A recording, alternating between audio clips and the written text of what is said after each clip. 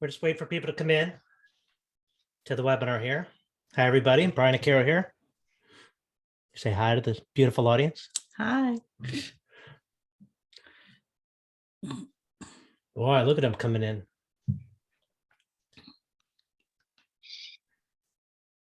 Boy, we're excited today. We have an all-star panel. Good-looking panel. We're going to start right at 2 minutes after. So about another minute and a half, going to let people come in. Ding, ding, ding. We're excited. Look at all those nice people saying hello. When you say hello, type in where you're from. People love to know where you're at.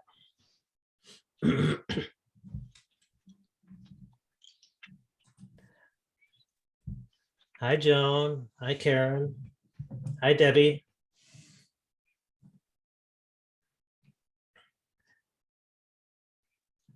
All right, one more minute, and then we will get started.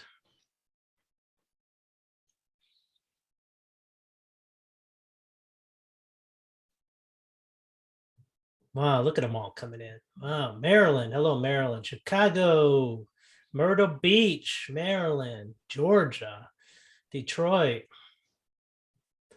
even Rhode Island. Hi, Deborah. Myrtle Beach. I think I've seen a couple Myrtle Beaches. We're excited. All right, we're going to go ahead and get started. Because if you're late, you could always watch the recording at the end. Hello, everybody. Brian and Carol Dupre here. Welcome to our first ever webinar we're doing. We're excitingly nervous, but we've been hearing a lot about struggles from center owners around the world with hiring and culture and retention right now being in the toilet for a lot of people having a hard time.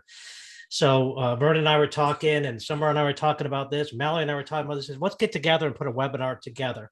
And that's exactly what we did. So all of the panelists, you could put your camera on right now. I'm going to introduce everybody. I'm going to share my screen real quick. The webinar that we're putting together here, we have 4 different panelists, and I'm going to introduce them, and I'd like them to come in and say a quick word, little introduction about themselves. So first of all, we have Vernon Mason. Vernon, tell us a little bit about yourself. Hey guys, happy to be here with you today. So been in the industry 28 and a half years. People have referred to me as the trifecta of childcare. I was raised in an in-home, have been the owner director of a small, medium, large multi-site. And in 2019, like a blessing from above, I sold my programs before COVID hit and exited the industry after selling my 5 schools, 700 kids, 150 staff to a large regional provider. And so now I do full-time training development for professional development days for centers across the country. And my newest love is the Nest Schools. Find us on Facebook. We are in massive growth. I joined Jane Porterfield and Jerry Pastor last year, and we started last year with no schools, and we currently are operating 30 schools. So wow. When you say hitting the overdrive, we are on overdrive. Good. Well, welcome, Vernon. Thank you so much for helping our listeners today.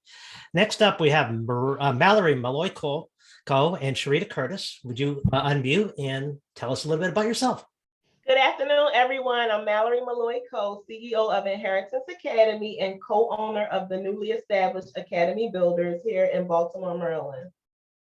Hi, everybody. I'm Sharita Curtis, and I am the COO here at Inheritance Academy, as well as the CEO of Academy Builders, and we are so excited to be here with you guys. Mallory has been in the profession for how long, Mallory? 12 years. 12 years, and I've been right by her side since I graduated from college, so I'm super excited to share some great information with you guys. That's good. Thank you so much for coming in. You guys are rocking it at Inheritance Academy, and I know you're going to bring a lot of value to our listeners today. Next up, we have Summer Piha. Summer, introduce yourself. Hi, everyone. Thanks for being here. My name's Summer, and I am the founder of the Conscious Classroom Certification Model, which came about in 2020. I was a co-owner of 3 Montessori schools in the Twin Cities area. We sold February 2020 to a national company. COVID hit March 2020. So write that down. But the conscious classroom spurred from that because parents and staff were calling me. And so I knew that my time in the industry wasn't done and I was still needed. Awesome. Thank you, Summer, for agreeing to participate here to help out a lot of Thank you for having people. me. Oh, awesome. All right. And lastly, you have us. And we're Brian and Carol Dupre. We own Child Care Millionaire. I wrote the book Child Care Millionaire many years ago, and we've subsequently added a few books to our library. And Carol runs our child care centers. We have 4 centers up here in Maine right now. They'll say hi. Hi. Why is this topic so important to people? Oh, right now it's the hiring is unreal. Like I've never seen it before. Getting and retaining good staff members. And it's everywhere. I mean, not even just in the United States, it seems to be everywhere. Yeah, we have foreign clients in the same boat. So that's why we decided to put this webinar together. So we're going to go up with Vernon. You're first. And Vernon's going to do a presentation followed by Mallory and Sharita, and then followed by Summer. And then Carol and I, we're each going to be talking for about 15 minutes. We're going to be going fast. And you could always replay this and go slower, but we're going to be covering a lot of content here in a very short period of time. So go ahead, Vernon. It's all yours. All right. I always like to start out with a funny scenario. So yeah, great sex is awesome, but have you ever been fully staffed? I mean, really, that's kind of where we are in the world these days. All right. So the first thing I want to start out with is, we all know that some turnover is natural and positive, and hiring has definitely surpassed the need for enrollment. So we'll start with this: adjust your expectations about turnover. We hire these people, and we've kind of been taught, we've kind of been drilled into us that these people are supposed to come and they're supposed to stay with us for 20 or 30 years or whatever. And I really don't know that that's a realistic expectation. I really think we just need to look at these people as have the best people we can for as long as we can have them, and move on and send them with love and well wishes, and be prepared to bring in the next round of people. So instead of feeling that someone leaving is a failure, we need to look at, were they great for us the time that they were here? And I just love that quote. Remember that people come into our lives for a reason, season, or a lifetime. So not all these people are meant to be with us forever. So the first step that you should do with your hiring is, you got to hire. So and this is something that someone has got to focus on. It cannot be, I talk to people all the time and I'll say, well, okay, let's say the director is in charge of hiring, and I'll say, okay, so you've been on Indeed. So when was the last time you've been on Indeed? And they'd go, well, last week. I think it was last week I was on there. No. We're in hiring crisis. Someone has to focus on it. It has got to be someone's main focus is to deal with the hiring, be on Indeed daily, hourly, weekends, nights. I know, you can send me the hate mail. I'm sorry, but that is where we are, because every competitor in your market is in the exact same scenario. And if you don't grab these people first, your competitor is going to grab them. So how long, let's say they apply with you, how long do you need to respond? You need to respond as soon as possible, not 3 days later, not a week later. You need to set up an interview, not 3 days later, not a week later. Someone applies, you need to respond. I say within 24 hours, right? I think it needs to be quicker, but within 24 hours, you need to schedule an interview as soon as possible. Not today's Thursday, not say, can you come in next Tuesday? No. Can you come this afternoon? Can you come tomorrow morning? Can I stay tonight if you're working? I'm sorry, we're in a crisis. And when you're in a crisis, you've got to do things outside the box to get ahead of your competitors. Be prepared when you get them in there to hire on the spot. Someone emails you that they're moving into your area, you check their reference, they've been where they've been for 3, 4, 5, 7 years, and they say they're decent people. Hire them before you ever meet them. Have a Zoom, hire before they come in. Don't wait till they get here. You have to take every opportunity to get in front of these people. We used to say hire slow and fire fast, and I just think we almost have to reverse that now. We have to hire as quickly as possible. Be open to things looking differently. Hire more part-time people. I know when I was a director, I just disliked those interviews of people who would say, oh, I've got to be off every day by 2 p.m., and I would say, no, go on, you're not right for me. Well, the world we live in now, if you get someone that's educated, someone that's got limited availability, someone's got experience, you need to hire someone, be willing to work around them and fill in with part-time people around the great people. Look at your scheduling. People want flexibility. And a lot of people in our industry say, how do we do that? to look at a 4-day work week. Remember, not everybody in your center or in your company has to participate. You can have a select group. You can have 1 classroom, 2 classrooms, 3 classrooms, the whole preschool scenario, but whatever. So just consider implementing something like that. Hire people to be substitutes so that you don't stress out your people who are out. They can select when they want to work. Reduce your opening hours. No one in our industry, no one in the world says we have to be open from 6 a.m. until 6:30 p.m. Unless you are sitting next door to a large facility where a lot of your clients come from, and they're open at 5 a.m. or 6 a.m. or 6:30 a.m. Then you don't need to do that. You look at who you're coming in to your school. I guarantee if you're open at 6 a.m., you have 1 or 2, 3 kids between 6 and 6:30. Again, unless you have a large industry that you're working with, and if you're providing care for those, then you have to be open. But if you're not, is it worth being open 30 minutes early in the morning for 1, 2, or 3 kids? Really look at that. And most of the time, people who have changed their schedules permanently, most people have kept most of those kids, right? They have kept them. They haven't lost all them. All right, start contracting with your parents, right? So parents don't drop off, because many times I've been in this industry 30 years now, and that mom will drop off at 6:30 in the morning and dad will pick up at 6 p.m. if you let them. Contract with these families, see how long they're going to be with you, and make them stick to that. Blame it on ProCare, blame it on Kangaroo, charge them extra for being there. No judgment here. If you're really, really needing some assistance with help, then use those apps like restaurants do, where you can pay your people daily. One of the biggest secrets in hiring is that how long they're going to be with you before they even start. Look at their resume, look at the application. Divide how many times, how long they've worked, the last 2, 3, 4 jobs. That is how long they're going to stay with you. It's no secret. Not saying you shouldn't hire somebody with a 6-month average job. Say, just know going into it, that's how long they're going to be with you. All right.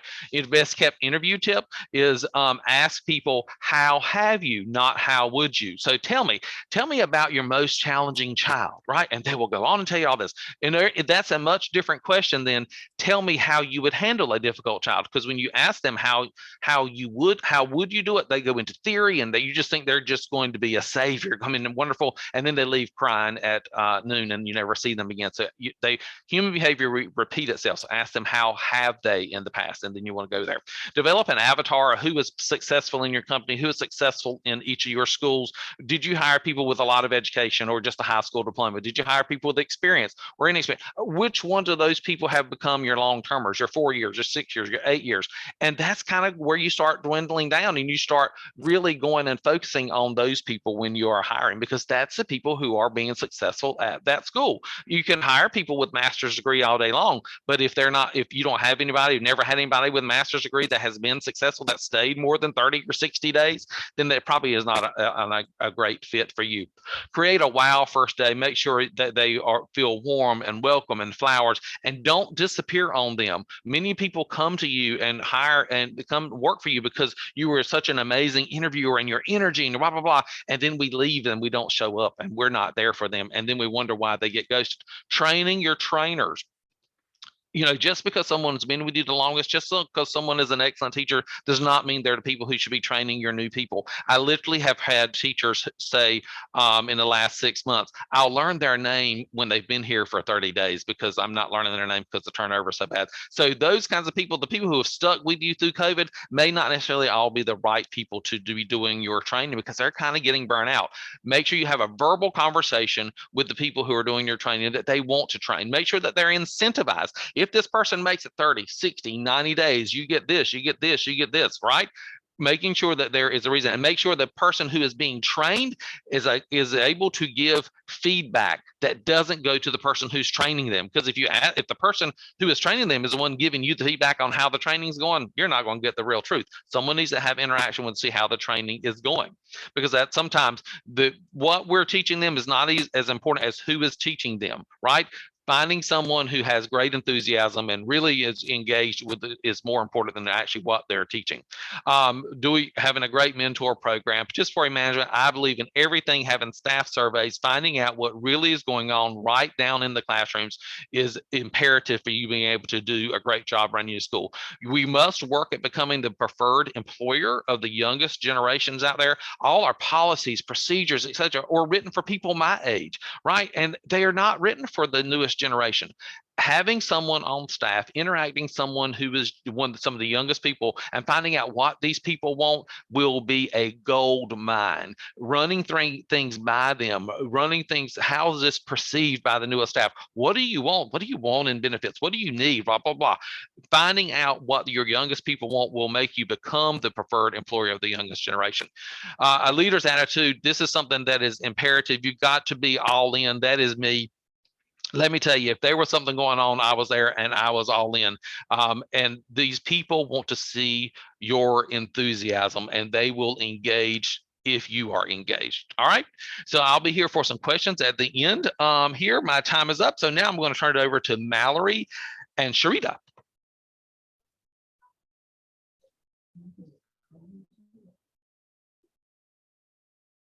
Good afternoon. Hey guys, our slides are coming up. So we are super excited to be here. And just as we already told you, we are from Inheritance Academy and Academy Builders, and we are going to get down to what the culture. Hey guys, can we get you to speak up just a little bit? Can you hear me? Can we get you to speak up a little bit? You're a little bit weak in your sound. We want to make sure everybody can hear you, okay? Oh yeah. Thank you. Can you guys hear me now? That's good. Yes, thank you. So we're gonna get right into it. What the culture? So establishing an excellent company culture starts with personal and professional brands. I like to believe that Inheritance Academy is one of the best childcare centers in Baltimore City. And that is because we incorporate our professional brands from our personal brands.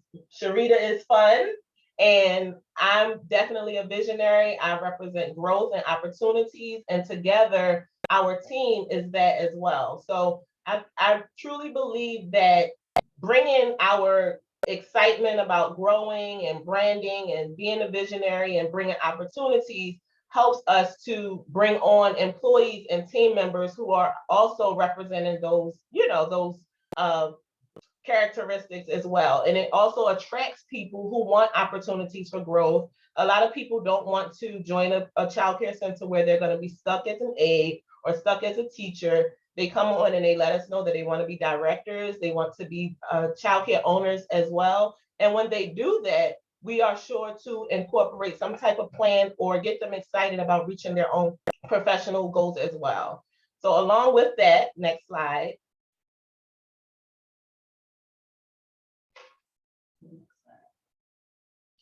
Relationship building. It's really hard to work to establish a great culture without establishing great relationships. And Inheritance Academy is like a family. Like, we come together, we have lots of fun again, and we make sure that everyone feels comfortable, feel that they feel supported. Relationships, as far as personal relationships, are sometimes discouraged in a professional atmosphere, but we make sure that our team members, we actually had one come yesterday to be rehired, and she said the main reason why she wanted to return was because of the relationships that we've established with her. So that's something that we're big on, is relationship building and core values.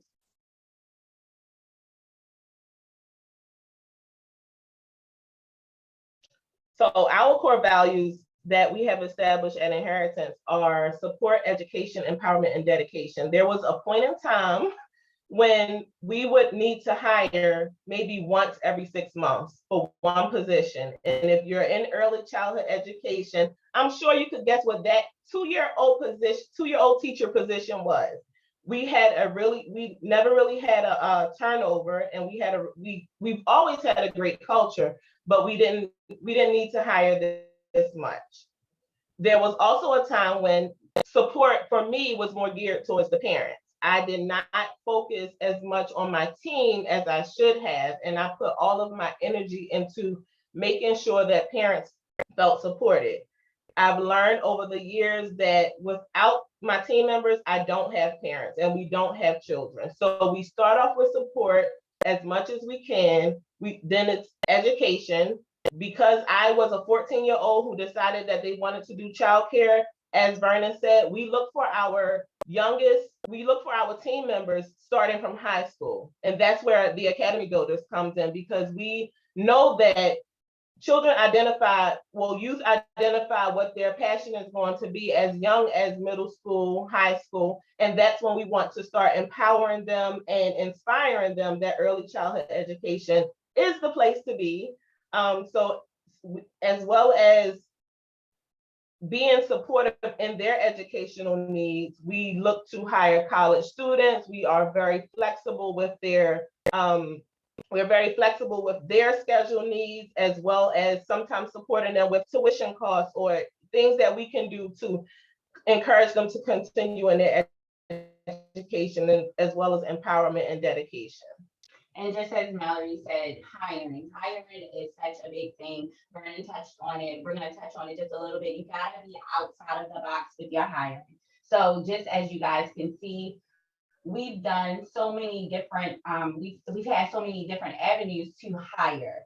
Monday mixer virtual hiring parties, Tasty Tuesday virtual hiring parties, Warm Wednesday. This is giving people an opportunity to just be themselves when they are interviewing and not trying to make it so black and white, because you want to get to know who the people are. You got to try an untraditional approach. So sometimes that means not interviewing during the day, doing some late night interviews, or connecting with them at a different time. And then you have to set the date. So sometimes you may think that Indeed or other hiring avenues are just not it, but you have to go after them and let them know that you want them on your team.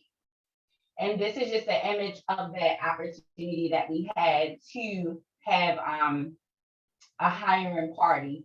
And I let them know that they are VIP, they are special, they are important, and we want them on the team. Next slide. And next slide. So these are just some images that we created. These are some images that we created to kind of get people in and go colorful, go bright, and just kind of think outside the box. So you'll see the virtual speed dating hiring party. A lot of people came on board from that because they were so excited, like, well, what is this? What is speed dating? And even being on those calls with them were really interesting, because they were trying to talk more. And because it's speed dating, you want them to know, like, these are the questions that I need to ask you, and we're going to get to the next person. And they're like, oh, well, will you call me back?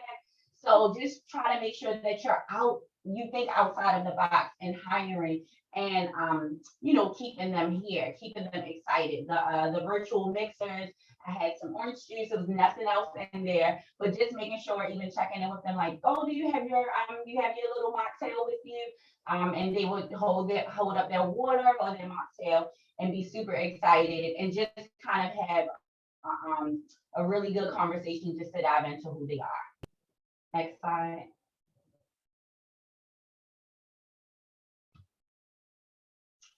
Thinking outside the box also goes with the missing link, trying to figure out what else can you do. So try to go into your communities, find out if there are recreation centers, if there are community events where you can set up a table, flea markets where you can set up a hiring table, open houses, maybe at the colleges, around your community, building those partnerships, because just as Mallory said, students matter. So making those attempts to go to the high schools, build those connections with the high school, early childhood or education or family studies, and just going after them, building those connections.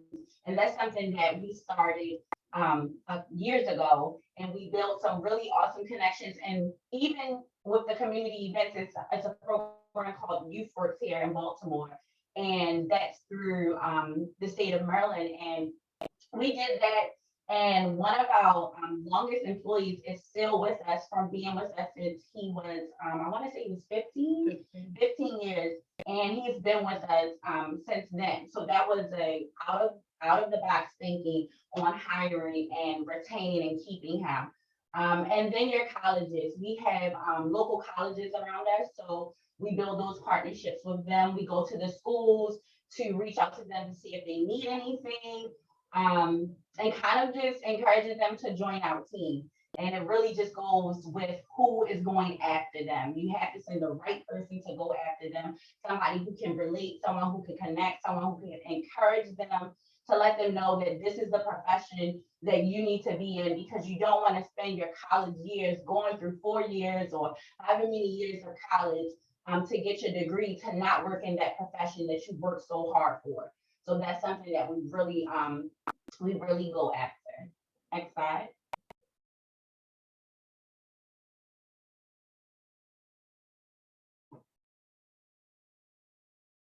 And building this amazing culture. So how do we build it? It really starts with you.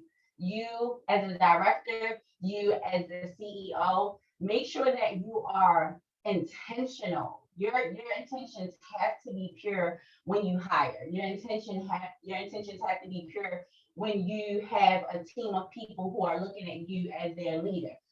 For example, how you walk into the building determines how your team will flow throughout the day. I am very big on energy. I'm very big on how I show up every day. And that is how I expect everybody here in the building to operate. And I'm not saying that you have to be, as Mallory used to say, walking around like a clown, but give me something, especially if I'm coming in the morning. I'm saying, good morning, how are you? Reciprocity. Let's have that same energy back and forth. It also determines how you connect and build with your team players. Relationships are key. You can't have individuals working for your company, making your company look good for you, and you not pour and invest into them, or just get to know them. Sometimes we have team members on our team and we don't really know what they're facing, what they're going through, and it could just take opportunity just to say, hey, how's your day? Do you need anything? Can I support you in any area? Even doing the love language text with our team members was something grand, because I'm thinking that it's okay to give words of affirmation to this team member, and they don't even like words of affirmation. That's pretty low on their list, but they need physical touch. So giving them high fives or giving them side hugs. So make sure you get to know your team. And before you move on to the next one, relationships and building trust, making sure that even if you aren't that person who's going to be able to come in with the amazing energy as the CEO, that you trust someone, most likely your director, to be that person. There was a time when I did not have as much trust, and I did not appoint someone to be that person for my company. And ever since I have, we've changed amazingly. Absolutely. So what you allow, so not saying that you have to just be this friendly go person and make go along to get along, but what you allow will manifest. So you have to control the temperature of your culture. So if you want your culture to be positive, make sure you monitor the culture, walk the floors to see what's happening on the floor. Sometimes if you're in your office, get out of your office for a second and go and walk the floors and see how the energy is. Or when you have meetings, your one-on-ones with your team members, figure out what they're sharing with you, or how you're grading them, so that way you can see, is this person someone that is impacting the culture in a positive way, or is it somebody who's impacting the culture in a negative way? And again, what you allow will manifest. So monitor how you do that. And then lastly, removing the title. I'm so big on this. This is something that I'm pretty sure my team will talk about. I hope this is my legacy. Like, I want this to be my legacy.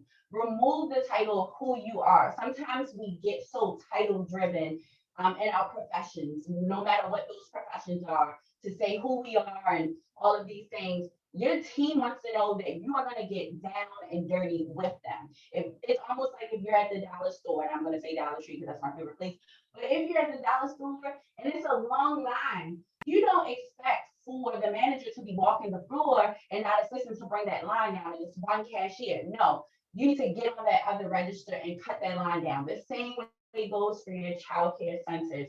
Make sure if somebody calls out and you don't have anybody to fill in, you fill in. They want to know that you are able to stand in the gap and get your hands dirty with them.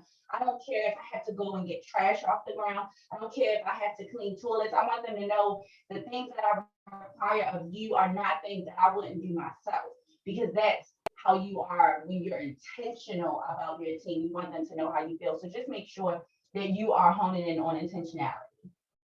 And the last slide, please.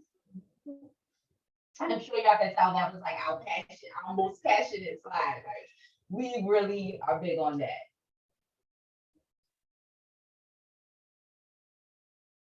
And then our last slide is really just the image of us showing how exciting it is to be here. And this quote from Eric Thomas: the only way to get out of mediocrity is to keep shooting for excellence. You have to keep going after it. I know we really are at a place where we thought that, COVID was over. We thought that things would change, and things are changing. It's just a slow change. And sometimes you have to make sure that you are controlling the tempo of that change, controlling the temperature of that change, and shooting for the excellence. You want to say anything? No, you did awesome. So thank you guys. And we are going to turn it over to Summer.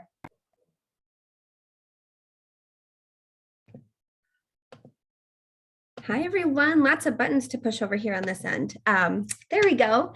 There we go. Oh my gosh, are your pens on fire? You have gotten so many fantastic tips with the last couple of speakers. And I'm going to continue talking about staff culture and communication and retention. So let's jump right in and talk about, what does staff culture mean to you?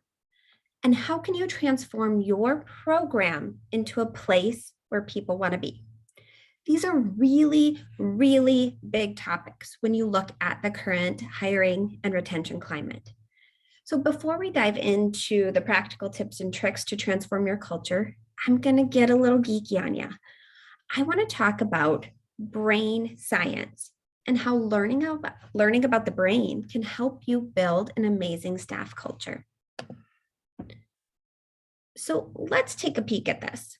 The brain's whole job is to keep people feeling safe. Think back to caveman times. The whole thought process was, is this safe, or will it wipe me off the planet? To this day, this is still how our brain processes information. So even though we carry the internet in our pockets and have instant access to information, our brain still screens this information as good or bad. Any sensory input, and sensory input are things that we see, smell, touch, goes through our brain and has this first initial screening. And this part of the brain is called the reptilian brain. And this tells us if what we perceive is safe or not. So newsflash, our brain perceives a lot of stuff as scary, whether there's actual risk or not. Now, if the reptilian brain perceives the situation as a risk, it shuts it down, shuts down the rest of the brain, and you're going to go into survival mode. That's fight, flight, freeze, fawn, or fib. So some of you may be asking yourselves, why are we talking about the brain instead of, decorating a staff lounge or getting great logoed t-shirts? I really want you to think about this. Think of a time when you were having a conversation with a staff member and suddenly they became defensive or completely shut down. Maybe even told a bold-faced lie to you. This is their brain telling them to protect themselves. So as a leader, understanding how the brain works can help us strengthen our communication skills, build better relationships with the people around us, and retain our staff. So this brings us to the foundation of working on staff culture.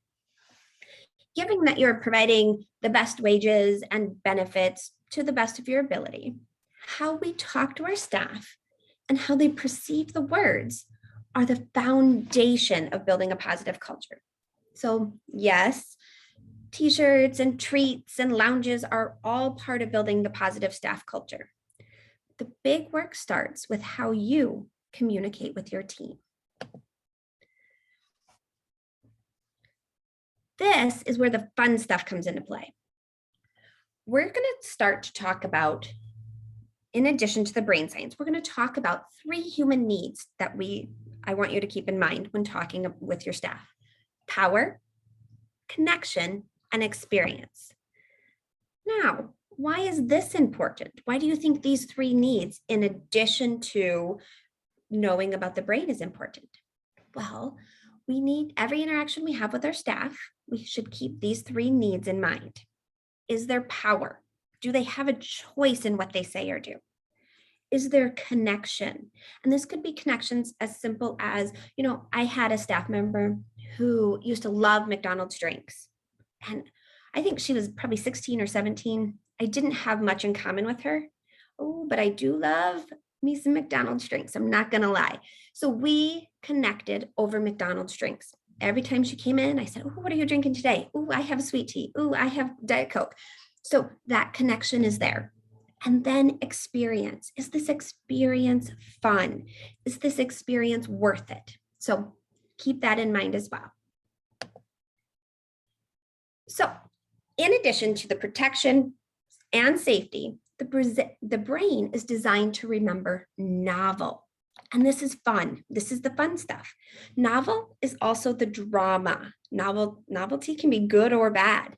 And this is why staff remember the fun things you do, as well as all the drama. So designing a culture where people thrive is getting back to your culture and what that means to your program.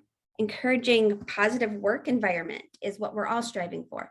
And we know that a positive work environment helps boost employee morale and retain your staff. But I like to think it goes so much further than that. So it promotes this safe, healthy environment where growth is recognized and provides respect for your team, and in turn creates a happier learning environment for the children we serve.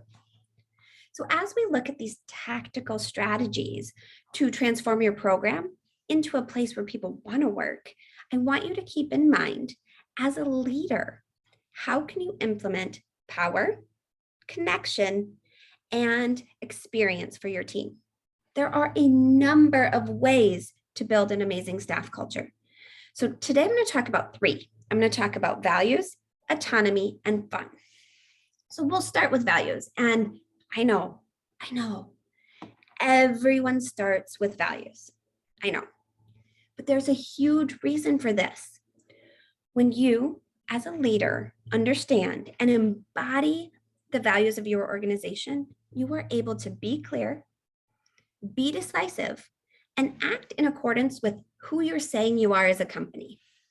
So identifying, defining, and taking action based on your values helps people feel safe and secure. Now, this is where your fun and creativity can come into play.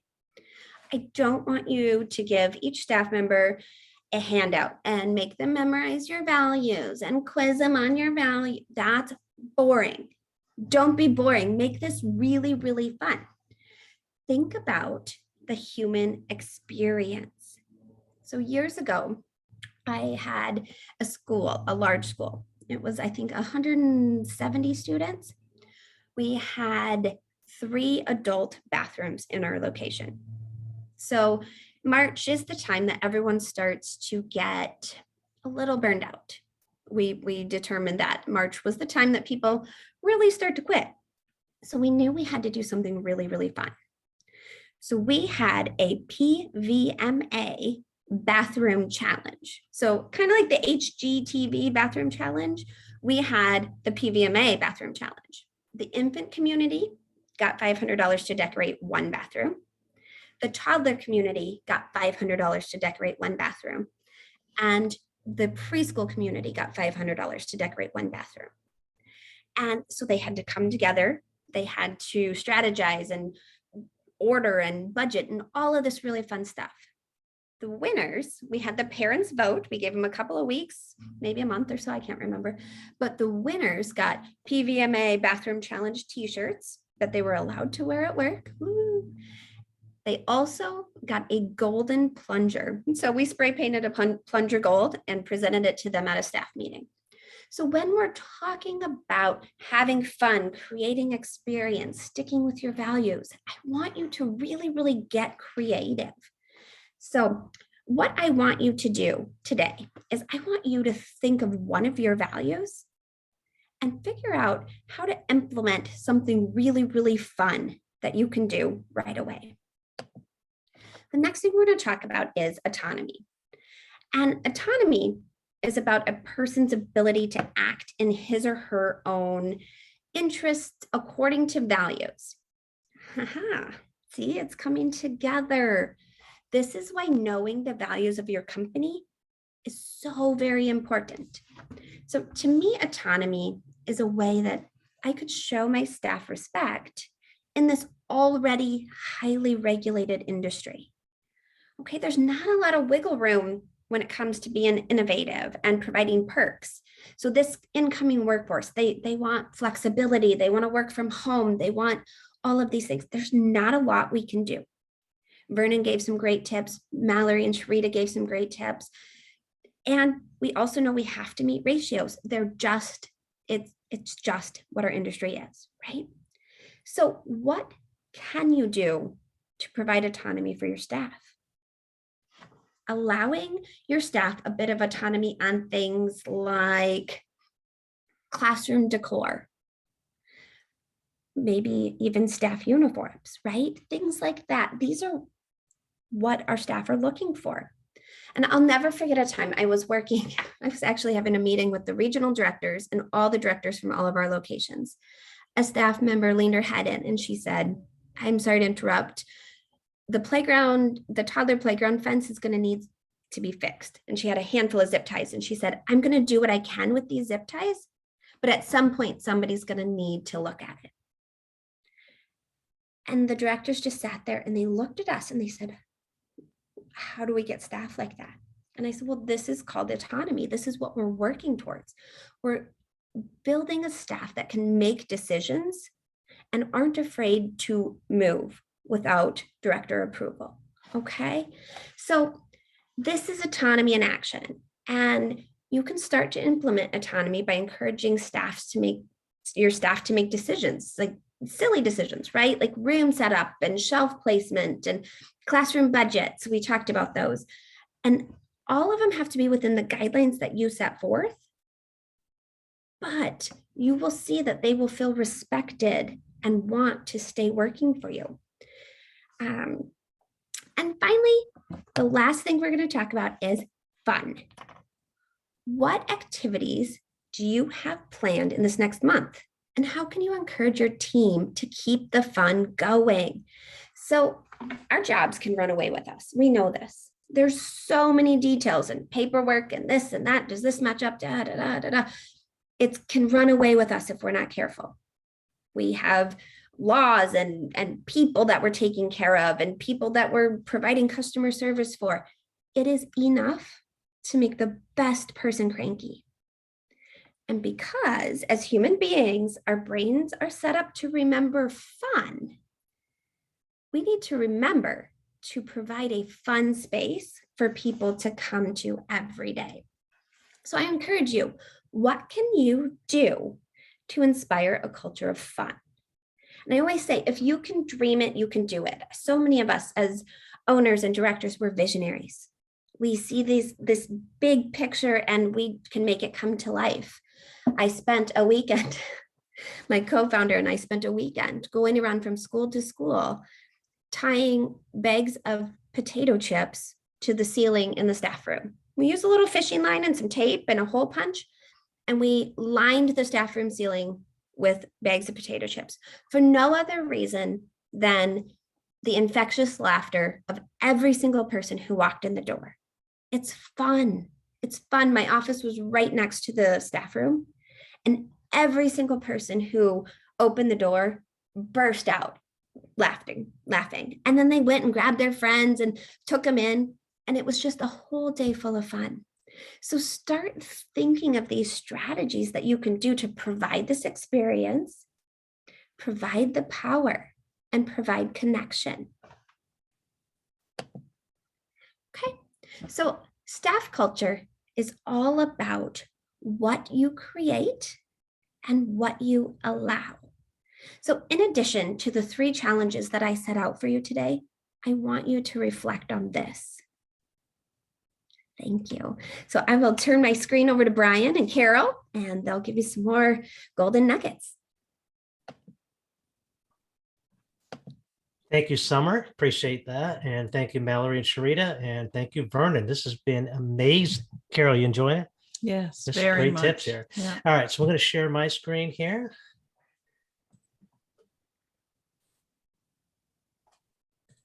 All right, we're going to be talking about retaining quality talent.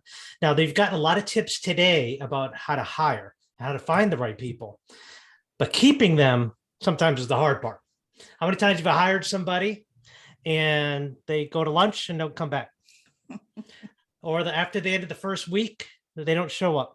It happens all the time. So we're going to give you some tips today to help retain quality talent. And it's all about the culture center. So here's a question. What's the first thing you must do before you start trying to improve your company retention? So I want to see people type into the chat. If you think you should do first, before you begin to start working on your culture and your retention, what's something that you really need to do? Anybody have any tips? Go ahead and throw them in the chat right now. We're going to give you 30 seconds here to type them in. Fire the person at the top. I don't know about that. Work on yourself. Love that. Build a positive bond. Survey. Good, Tanya. Yeah. Look at what's working well. Good. Work on your company culture. Build relationships. You guys got some really good ones here. Focus on what's working. About 15 seconds left. So you guys are thinking. That's good. Boy, you're firing really good ones. You got some sharp people on here. Yeah. Awesome. All right, work on a culture filter. Okay, so we're going to give you the answer. And this is, of course, our opinion here from 25 years of experience. But here's the answer. Ready? All right. You must terminate your toxic employees before you can start looking for quality people to keep.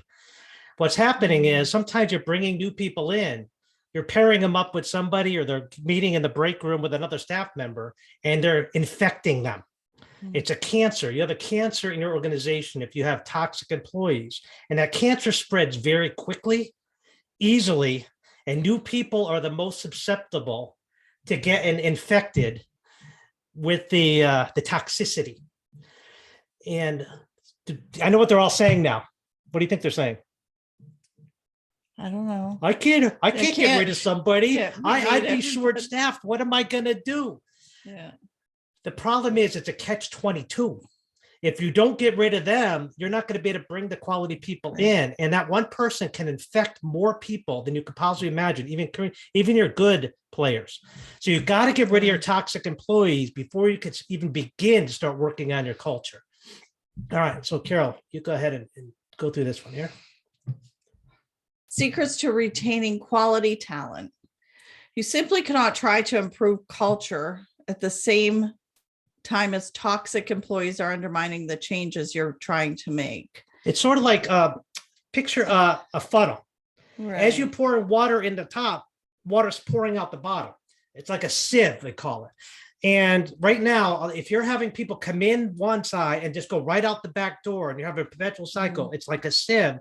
Unless you plug the bottom, and the plugging the bottom is getting rid of the toxic cultures. Unless you plug the bottom, it's just only going to keep going in and going in. So sometimes you've got to do something that hurts initially. Yeah. A little pain initially makes it a little bit easier later on. Right. We've had it happen where one employee talks to another employee, and it just creates such a bad, people always go toward the negative. Yeah. So if they hear something bad, that's where they start, and it gets worse and worse and worse and worse. And it creates, like Brian said, a cancer.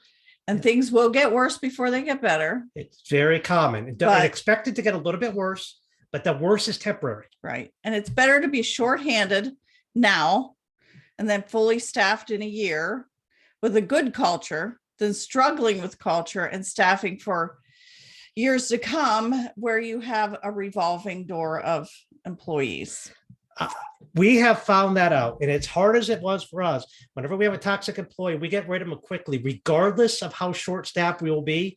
We've had to have our maintenance people in classrooms. We've had to struggle because Right. we know that firing one toxic employee will save you 10 good employees over the Right. next few years. How many times have you had a toxic employee make children leave, families leave? Yeah. Because they've infected the parents as well. It can cost you a lot of money to have a toxic employee. So cutting that Mhm. cancer out, and I know some people are like, oh, I can't do that. I'm telling you, this is the first step to having good quality retention. And you will have short-term pain and long-term success. And not only the firing the toxic employee, if you have an employee that gave notice and they're already, their mind is not with you, just let them go. Don't make them work their 2-week notice. Just let them leave as soon as they give their notice. Yep. Give them a little bit of severance, let them hit the road with a positive thing. And sometimes it's the best thing you could do is let people go. Yeah. And I have no problem with my toxic employees who I let go going to work for my competition. I will give them a glowing reference to go work for my competition. I encourage that. No big deal. And All right. So there's 3 reasons why you must terminate them, because the new people you're bringing aboard won't be infected by these toxic employees. Right. The other team members will see you are serious about improving the culture. They see all of a sudden firing 2 people who are the negative. They're no, wait a minute, I better keep my attitude positive or I'm going to be out the door. And they know that they're not going to be able to get away with that. Very important. And the workplace will be happier. Happier employees stay longer. Nobody ever wants to work with crabby people, negative people. People don't like that. And I think if you get that, the happier workplace and your retention, you're going to notice your retention rates going up significantly. COVID has gotten attitudes horrible from owners on down. You know, some of you listening are not exempt from this. It's a top-down approach where your attitude has infected the staff. And since you can't fire yourself other than selling your school, you've got to be the leader and you've got to get a checkup from the neck up and get your mindset right, be positive, and then do the same. Make sure you don't infect the team members down below. I know I'm hitting hard today. And as you know, I tell it like it is. And if you get a bloody nose, just wipe it off, put your big girl panties on, as Chris Murray always used to tell me, and get back to work. Except you don't wear big girl panties. What's that? I hope you don't wear big girl panties. No, I don't. Only just about to save your life in a hostage situation would be the only time. But I digress. All right. As you know, we have a lot of fun here. All right. So here's our tips. We have a tip system, the secrets to retaining quality talent. Here's the tips. Remember tips. Teamwork is the T. Ideology, personalization, and system. So I'm going to go over what a teamwork is. So Carol, you want to go teamwork? Yep. Teamwork. Employees want to be a part of a team. And that's like a big extended family. Yeah, like Summer was talking about having people, and Mallory too, being part of a family. They want to feel like Right. they're part of something bigger than themselves. Right. They just not like a job, right? They don't want a job. They want to make a difference. The younger generation is very big about making a difference. And a lot of these people that work with us, I've noticed over the years, either have had a tough upbringing. I've seen that a lot of childcare where it's been a tough family life. So they pick childcare because they want children to have a better life than them. So they need to be part of a family maybe that they didn't have growing up. So if they don't feel that connection of part of a family, they're probably going to be gone fairly quickly. So from day one, make them feel part of the team through your mentorship and team building exercises at staff training days are great. Yes, we've done that before. Yeah. And teamwork is an exceptional core value. It's one of our core values. Yeah. We didn't pick our core values, our team did. And teamwork is very important. Everybody picking up the slack and working together. So having teamwork as part of your retention plan is very important. And actually, if you don't have core values, a good team building exercise is your team coming up with core values. Absolutely. Good thing too. So ideology is the next one. So having an impactful mission statement that resonates with the younger generation. coming up something that makes them feel emotional, that really like makes the hair on the back of their neck stand up when you talk about your mission statement of what you're trying to do. That you want to improve lives and make the world a better place. All those good feel good things people want. Have core values that reflect a higher purpose. Impact, something to make an impact statement there. And the last thing, to give to causes that resonate with the younger team members. Environmental, disadvantaged children. Find things that resonate with your team members and have that as part of your ideology of your center. Very important. All right. Personalization. Recognition must be personalized to the individual, not the collective. Don't just give a gift card to everybody and your team members. So let's just say, we used to do this long before we started doing personalization. We would give a $10, $15 Dunkin' Donuts card to all team members. Until we found out that several of our team members don't drink coffee, hate Dunkin' Donuts, which to me is like sacrilegious, but they did not, and they were kind of insulted that we did not know that when we gave them out. Yeah. So make sure when you recognize your team members, you recognize on an individual basis. Yeah. We have all of our employees fill out a sheet when they're hired that says, what's your favorite candy bar, what's your favorite, drink, and a lot of questions about themselves so that we know how to personalize a gift for them. So we know that Sally, for example, likes a skinny latte with skim milk and 1 sugar, right? So when we go to personalization, we will bring Sally her skinny latte with whatever she wants in it. And that's personalization. Like, wow, they took the time to know exactly what I wanted. My own mother wouldn't do that. She would say, go get it yourself. So we make them feel like that family. That's very important, that personalization. We give, when it's like an anniversary, we'd give a gift card to, say, Texas Roadhouse, because we know that's their favorite restaurant. Yeah. So personalization of recognition is vital to retaining quality talent, because they know if they go to work anywhere else, more than likely they would not have that.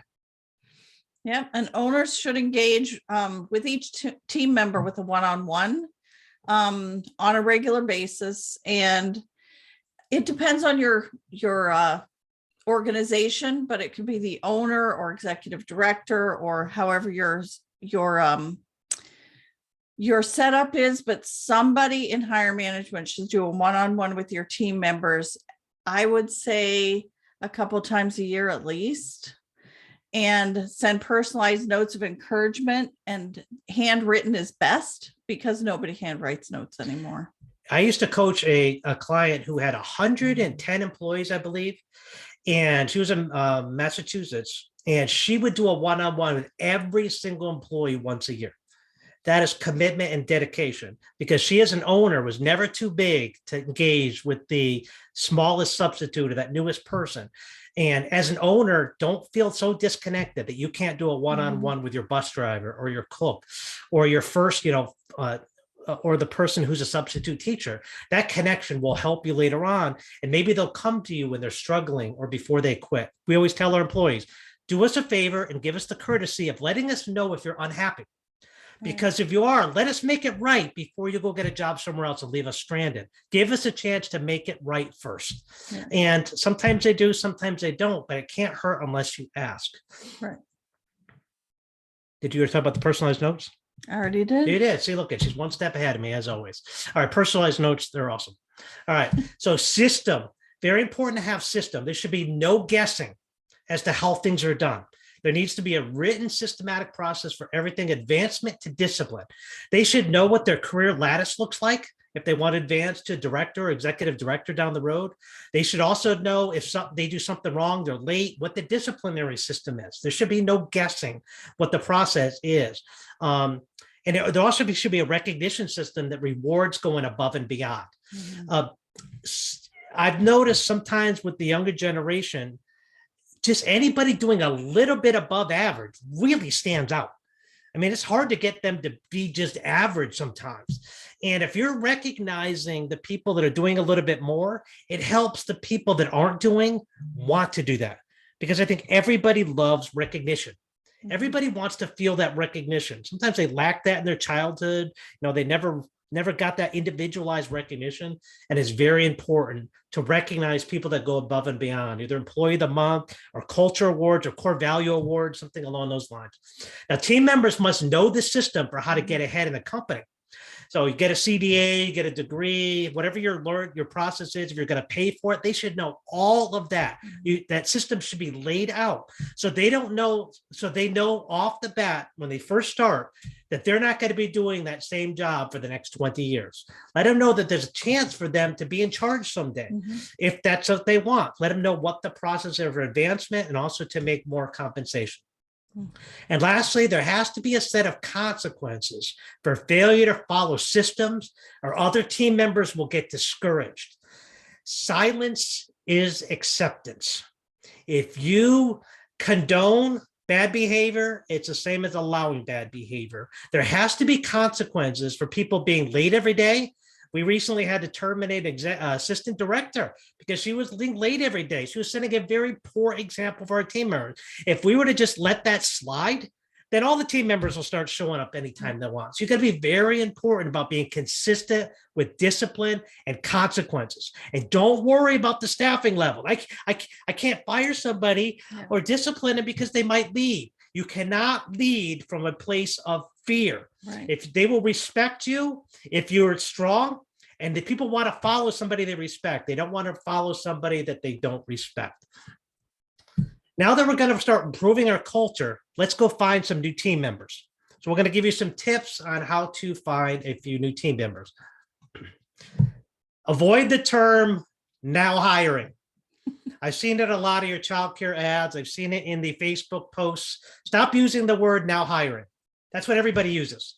And it's like the reptilian brain, as Summer was talking about. Oh, turn off the, I'm not going to read this ad. I'm not going to turn it off, because it's what everybody else is doing. You can't drive down the road without seeing a now hiring sign. Yep. Right? But when you drive by our childcare center, I'm going to tell you what you're going to see here in a second. Totally different. Stop reading. They stop reading your ad after they see these words. Use emotional triggers. You don't want a brain-centered reaction. You want a heart-centered reaction that'll generate a heart-centered response. Childcare people are heart-centered. They love children. They deal with the heart. Sometimes owners are brain-centered. So we want to put now hiring because that's a brain response. That's logical. We think, oh, now hire, we are hiring. You want to use emotion in your ads because that's what it's going to feel. A childcare worker who's working with children who has that passion and love. That's what they're going to, that's their trigger. That's going to get them on.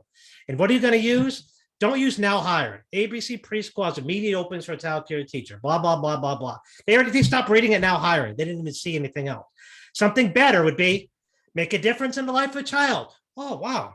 Who doesn't want to make a difference in the life of a child? You see how it grabs you in your heart? Oh, I want to make a difference in the life of a child.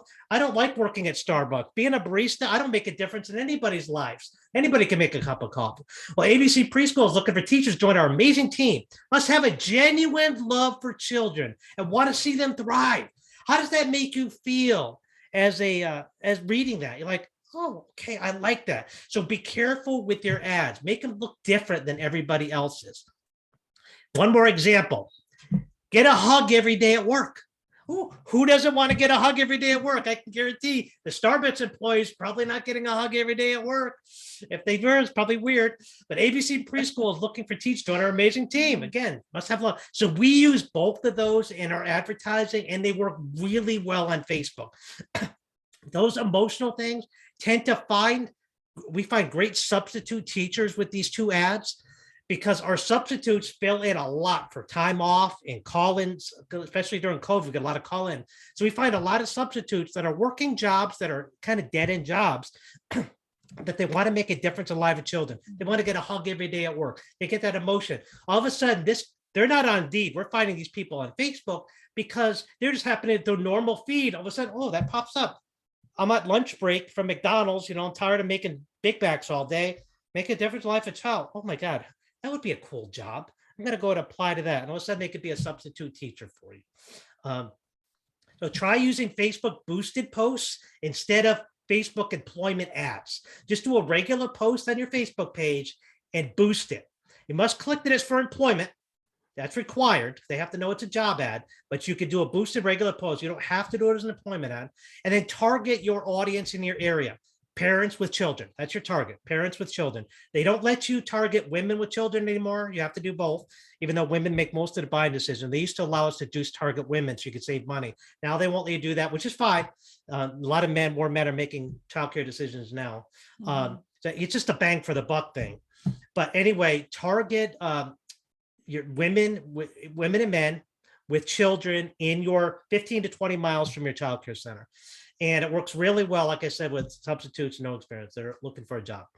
This really doesn't work well with Indeed because these are Indeed people a little bit different, but I'm just giving you some tips here to try these Facebook boosted posts. Again, even on Indeed, we do use these. They just didn't work quite as well as we have done them on Facebook. But anyway, all things work some of the time, but some things don't work all the time. So you want to try different things. That's why we had 4 different panelists on here. So you just didn't learn from Brian and Carol. We have limited knowledge. We only have 25 years of experience, but by bringing in Vernon, there's another 20 years, Summer, Mallory, we got almost 100 years of experience here with different ideas and approaches for you. So, because we figure you're going to get those couple different tips on there. It's never always about just Carol and I. We want to get the best possible information out to you. And for more resources to help you, just visit our website at childcaremillionaire.com. We have a lot of different tools for you there. So what are we doing on time? Beautiful, ended right on time. So if you have a question for a panelist, we want you to type it in the chat now. If you'd like a particular panelist to answer, please put their name in your question. Now we're going to do Q&A now for the next 15, 20, maybe 30 minutes. We'll do it probably until the bottom of the hour. And any questions that we do not get to, we're going to grab them and we're going to put them on our Facebook page. So if you go to the Child Care Millionaire Facebook page, we will post the questions and answers that we can't get to here today. Now there's a little button on here that I don't know what works. Go ahead, it's Q&A. So let me see what this is. Okay, here it is. So Q&A, and I think you can answer your questions. Only some panelists can see the questions. All right, I'm new to this, my first time. So, all right, so if you have a question, go ahead and put it in there might be a Q&A button here. You can type it into there. And if nobody has any questions, we'll get done early because I think they soaked it in. But if they don't, there was a question earlier that I saw. Can we want to answer Zarvan's? He's got a question about do we offer staff training?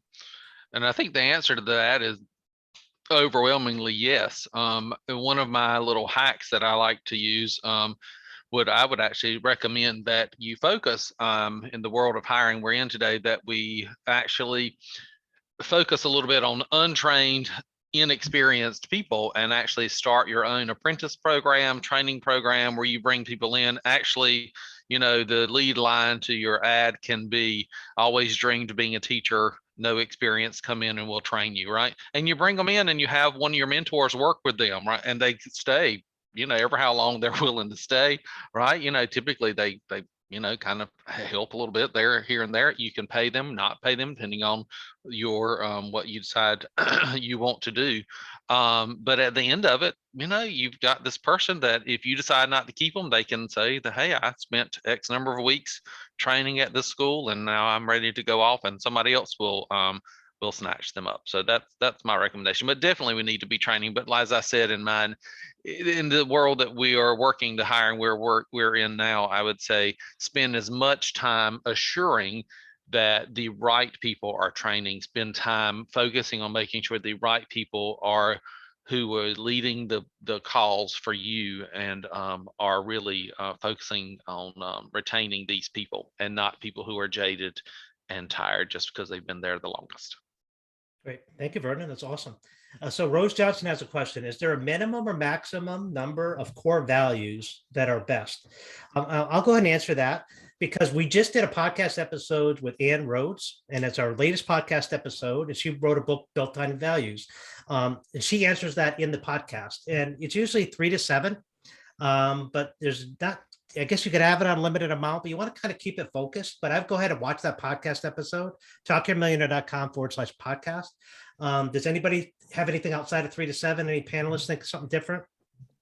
Well, I just want to pop in and say, I think so often you hear a word and you're like, yes, that's amazing. I'm going to add that to my values. And I'm going to add that to my values. And I'm going to add that to my values.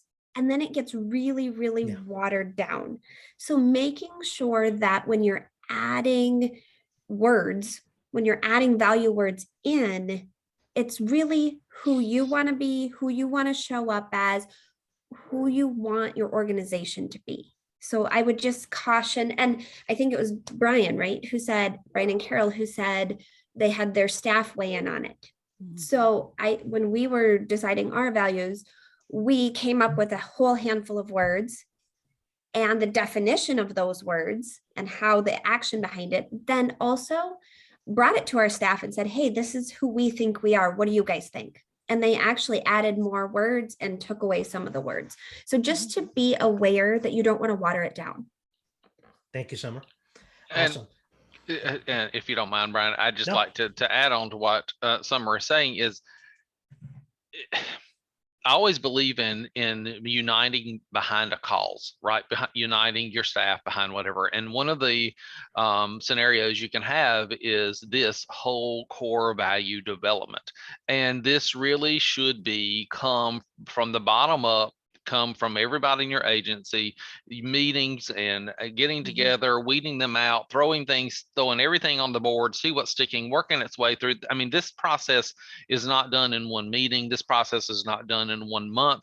And really, you will see people, it will slow it will increase your retention. It will slow the people leaving down because they start focusing on, oh, what do we want? Who do we want to be?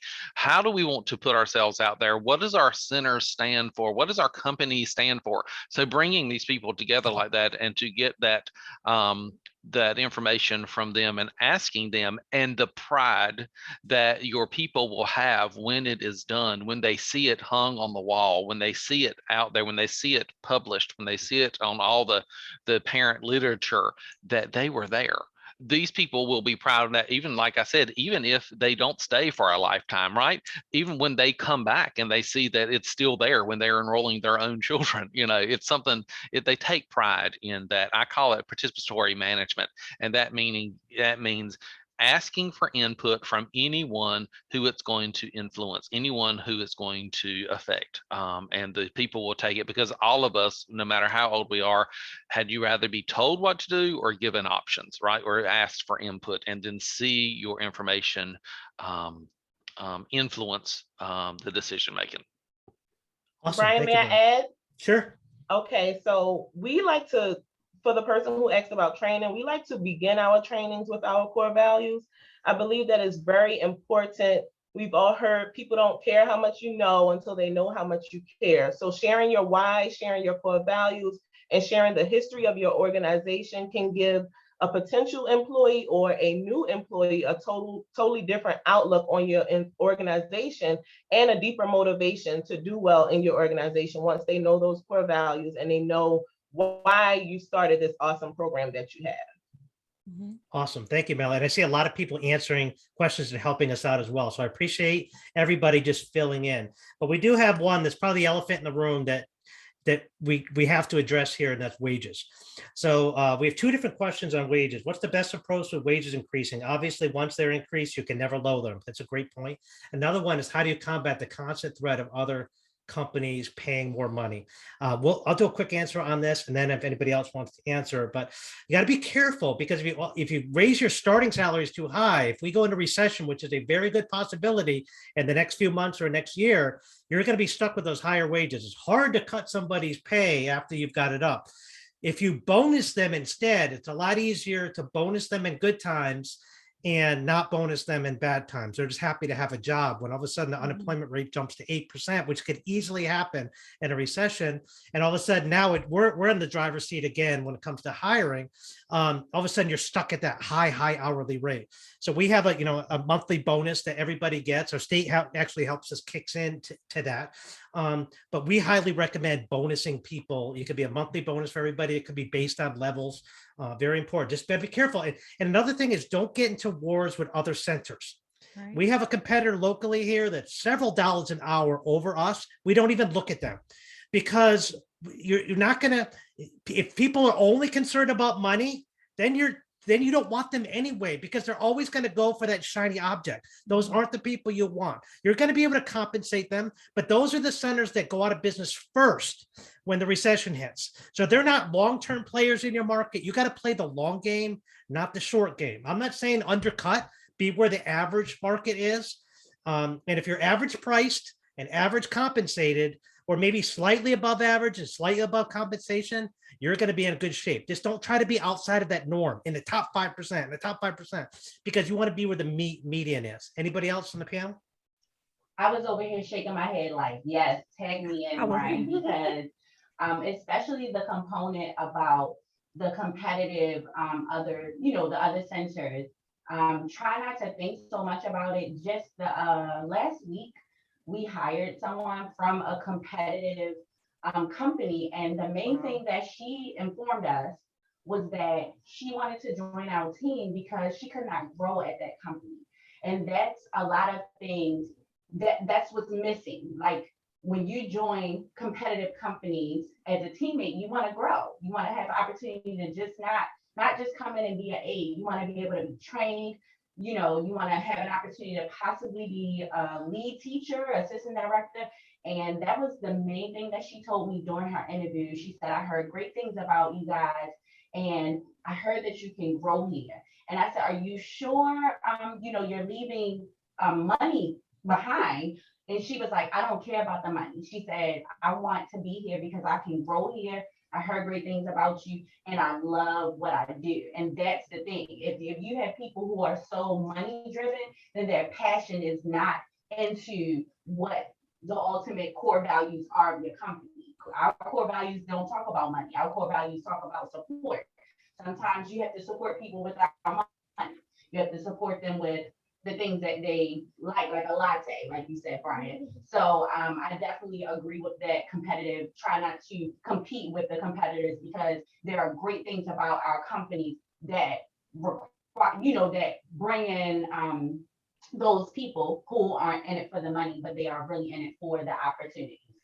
As well as being creative when you do give increases, because at one point in time, we implemented this great plan and told our team members, if you do this by this date, you're going to get this increase. And we definitely gave those $2 and $3 increases, but you had to have your CDA by this date. And if you didn't, your rate was going to go back down.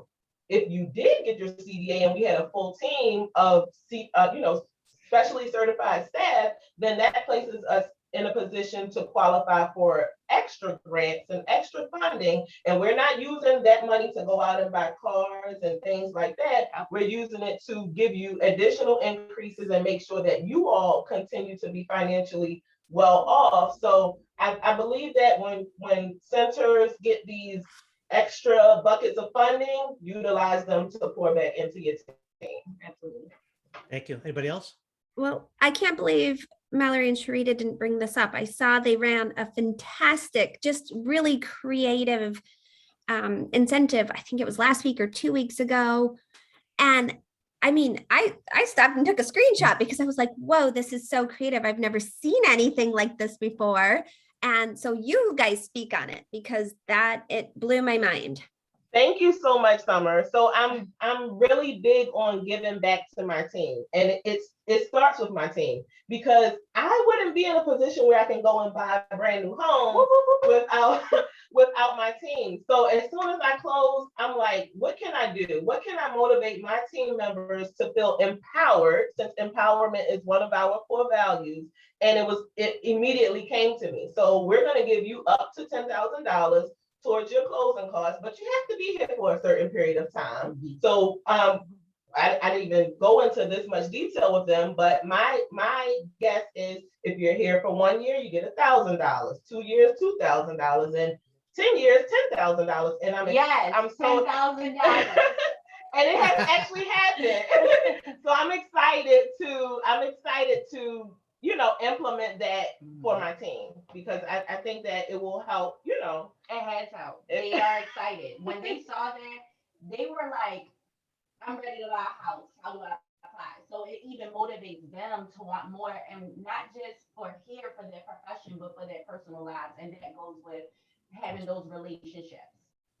Awesome. Well, Thank you. That's I Vernon. think- Sorry. Oh, I think it also goes back to what Vernon said earlier. We have the people we have for the time that we have them. Are they lifers? We don't know. Right now, we have the people we have for the time we have them. How I always looked at it was, as a leader, My job is to put people back into the world better than when they came to us. Whether that means continuing education, whether that means training, whether that means this 17-year-old who's going to come into my office and say, oh, tomorrow's my last day, I'm quitting. And I'm saying, no, here, let me teach you how to quit. I want to teach you how to quit because when you come back 3 months from now, I want to be able to hire you back. So what you're going to do, you're going to go use my computer, write a resignation letter, give me your 2 weeks. In 2 weeks, we're going to have a cake in our staff lounge and we'll wish you well and move forward. And so keeping that in mind too, we want to provide opportunities to put people back into the world better than when they came to us. That's our responsibility as leaders. Vernon, anything on that? Yes, I completely agree with what you were saying, Brian, about bonusing people. And in the world that we have of seemingly lack of work ethics out there, I believe in giving additional rates of pay, $1. If you work your scheduled hours all this week, whatever those scheduled hours are, then you get an additional $1 an hour, right? If but you can't go too far out. You can't like do it by the month or by 2 months or by the quarter because people really just can't hang on that long. But paying people in that manner, I do believe that we should pay them as absolute much as we possibly can. But I also will say we have to leave being poor to the nuns. We have to charge as much as we possibly can. We have the mindset of let's go up on tuition just enough so no one leaves or just enough not to make people mad. In reality, let's go up enough so that we'll lose a family or two. Because then once you went up that high, you can replace those people, right? Then you went up as absolute much as we can. And again, that's not what Sharita is saying. It's not about putting money on your house. It's about bringing in as much revenue into your company, into your schools as possible to be able to pay as much as we can. Doing some competitive analysis, just like you do with the tuition, just like you do your other your competitors are charging. You should know what your competitors are charging, right? And you should know where you fall in that arena. Are you at the lower end, the middle, or the higher? No judgment there. We all have a place in this, and you should set the tone. You should be right there with you. And if they're not going up, invite them to lunch, encourage them, train them, go up, because if they go up, you can go up. If they go up, you can go up again, right? So, holding their hands and working them through to bring in as much revenue into your program as possible. Thank you, Vernon. And I've got one more tip here. When people leave you, we have a policy at our company that says if you leave, give 2 weeks notice and leave in good terms, we will always hire you back should you want another job. One time. Once. You get one get out of jail free card.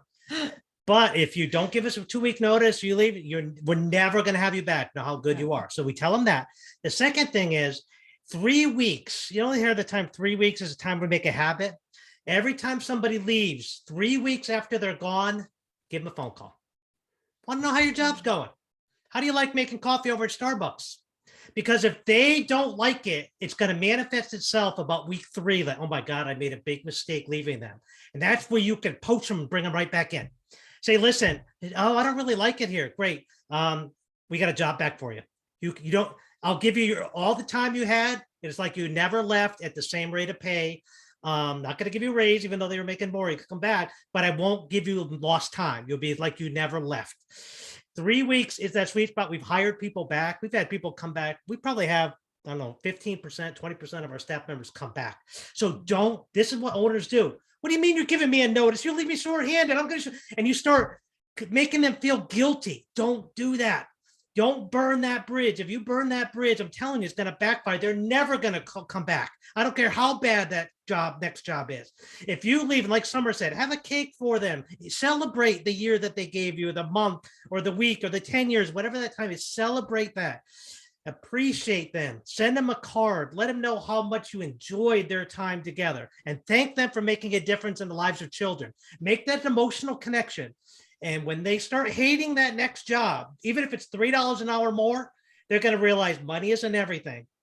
And they're going to realize, maybe I made a mistake. And if you kept that bridge there connected, they're going to give you a call back because they're not too humble. People want to save face. Always give them the opportunity to save face. All right, one last question here, and then we're going to go.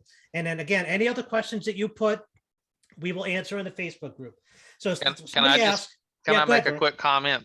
The only thing I disagree with is if they're leaving, they ain't getting no cake from me. I'm sorry. I will send them a personal card when they're gone and say, thank you for the time that you were here. If you ever decide you want to come back, the door is always open. And, you know, here is my cell phone or my email or whatever. Anytime you need anything, you reach out and I'm here as a resource for you. But I'm not going to publicly, unless they are moving where it's farther than they can commute, or they are legitimately retiring. That's the only time that we would throw parties for people leaving. And not even a veggie tray summer. But anyway, I just, it's just, and maybe I'll change, you know, but I cannot, I don't know. I think it sends a mixed signal a little bit to me, you know, and it brings attention to someone leaving when I think we really need to spend our energy bringing attention to those that are staying. All right, different viewpoint, no Yeah, problem. But absolutely. who doesn't like an excuse to eat cake?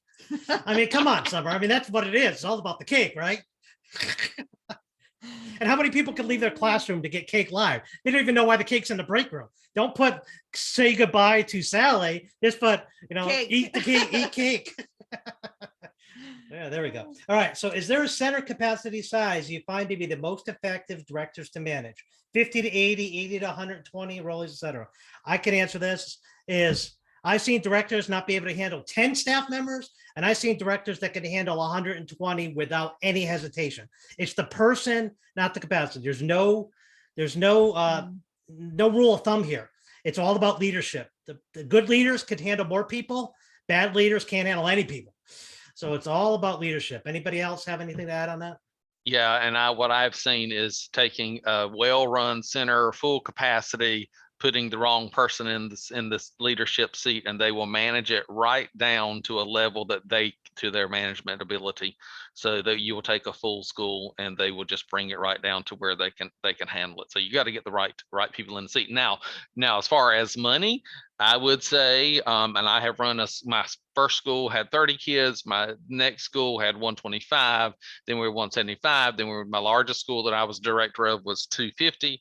And I will tell you that center of 30 and the center of 75 kids was just as much work of that center of 250. Because when you're at 30 and you're at 75, most time you're cooking, you're managing, you're doing the director, you're stepping in for bathroom breaks, whatever. And when you start managing those schools with 125, 150, 250, you have support staff there that are not in a classroom. So I always say bigger is better. And people often will challenge me with quality, and I don't find that. I find sometimes the lowest schools, people will have schools that are struggling, and they'll say, well, we really feel comfortable at 75. We just think the kids, and I will stand you down, hands down, a school that's not at capacity is not high quality.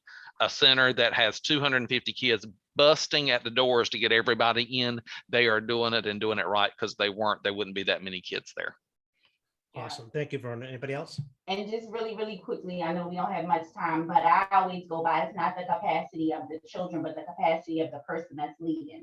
What is their capacity what they can manage? And being in a position where I've been a director of a small center and of a large center, it's really like Vernon said, it's sometimes you're in the kitchen, sometimes you have to do transportation. And if you are an individual who's leading, who cannot manage small things when they happen, and then when big things happen, you're just all over the place, everybody else is going to follow through and be all over the place as well. So it's not the capacity and numbers that's in the center, it's the capacity of the leader and what they are capable to do. Awesome. Anything, Summer? Last words? All right. Thank you. I want a special thank you to our panelists today. This was absolutely amazing. Exactly what I was looking for. We hope we gave you exactly what you needed to help find some quality people, help some toxic people to move on to a different employment, help you retain quality staff. We're going to be posting some of the questions on the Facebook page. Please feel free to go to our Facebook page and comment in. Let us know how you enjoyed this. And if you have any further questions for our panelists, I'm sure they can answer it there. So thank you. Until the next time we do another one of these, we will see you very soon. God bless, and take what you learned to heart here. And we're at least I am, and Carol, I'm praying for each and every one of you. Love you guys. Bye-bye.